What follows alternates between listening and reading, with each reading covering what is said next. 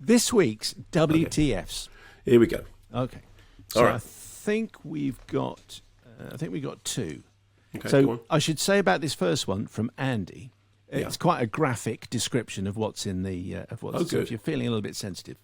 Okay. Dear Lapsang Souchong and Sausage, I remember a very dodgy horror from the 1980s. I'm not a fan of the genre, so don't go looking for them even to this day. But I remember this as we were visiting family friends, and while the adults were watching the film, us kids were entertaining ourselves, namely peering around the corner and sneaking a peek at the film without getting caught. So the film's from the 1980s, I think. It involved a monster running amok in the woods. In one scene, some campers got jumped, and one of them, still in his sleeping bag, got spun around, then shish kebabbed onto a pointy tree. That'll teach him for having done it up so tightly only his head was visible. In another scene, a motorcyclist got relieved of something personal while answering a call of nature. So, a watch, I suppose. Wallet, could be. Finally, the monster got someone in a broken window, like from the film Ghost, then proceeded to perform seppuku on them, checked it, it's a type of hara-kiri, and then danced around with their bits in a Gangnam style.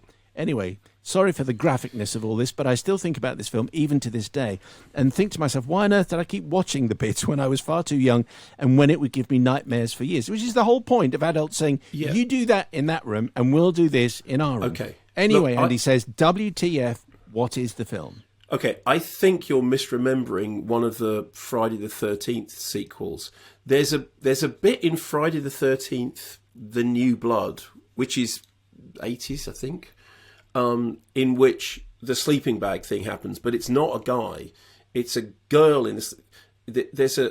It's two camp. I mean, all this, once you say something, monster running around in the woods, immediately you think it's a Friday the 13th movie. But I think this is Friday the 13th, The New Blood. It's part 6 or 7 or whatever it is.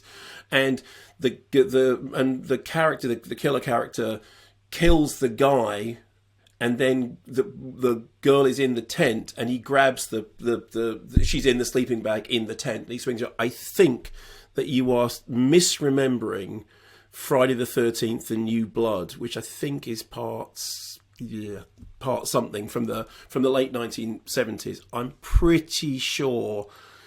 Yeah, it's like a bright yellow sleeping bag, and he does indeed swing her against a tree. So I think that's what that is.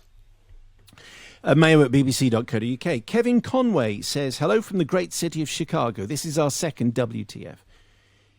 In an English course, my freshman year, my professor was considered an expert on metamodernism. One day we watched a very strange French film that he exclaimed falls under the metamodern umbrella. Okay. I've been trying to find it recently and hope that Mark could give me a hand. Okay. All I remember is that the movie follows one man as he goes through a day of switching characters to the audience and everyone around him. You literally see him changing costumes and putting on face prosthetics. One notable scene is him playing the role of a troll who captures an unsuspecting woman who looks a lot like Catherine Zeta-Jones. The movie concludes with him seemingly happy after a hard day's work and greets his partner, who I think appears to be an ape. I know this plot seems absurd. If you could help, I will surely watch it again, as my understanding of film and metamodernism has grown since my drunken and pimple-faced college years. Yeah. By the way, I'm a new listener and happy to be on board. Anyway, I just want to say, just on behalf of, before Mark speaks, I did think I'd better check a definition of metamodernism. Okay. And according to metamodernism.com, it is it is very, very difficult. It is very difficult to discuss this without sounding incredibly Guardian or Seward's Corner. Okay. It's the mercurial condition between and beyond irony and sincerity, naivety and knowingness, relativism and truth, optimism and doubt. And at this point, I just thought, I actually can't be bothered to continue with the metamodern umbrella. And I would just throw it all back at you, Mark.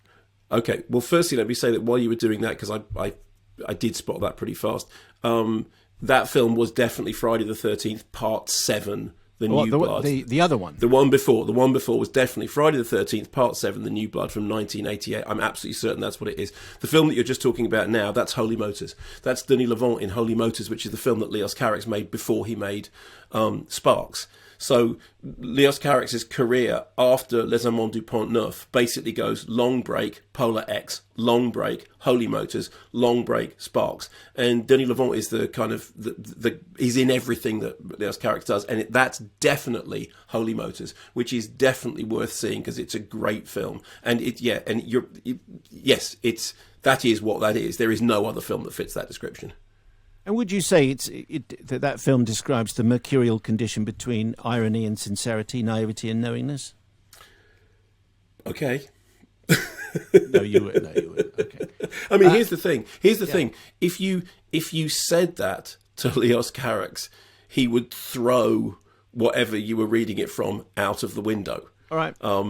I mean, that doesn't mean it's not true, but it's it's like, what's the phrase? Postmodernism means never having to say you're sorry, and metamodernism probably means always saying in interviews that you are completely sincere, even though the film might seem ironic and arch. And in fact, weirdly enough, in my review of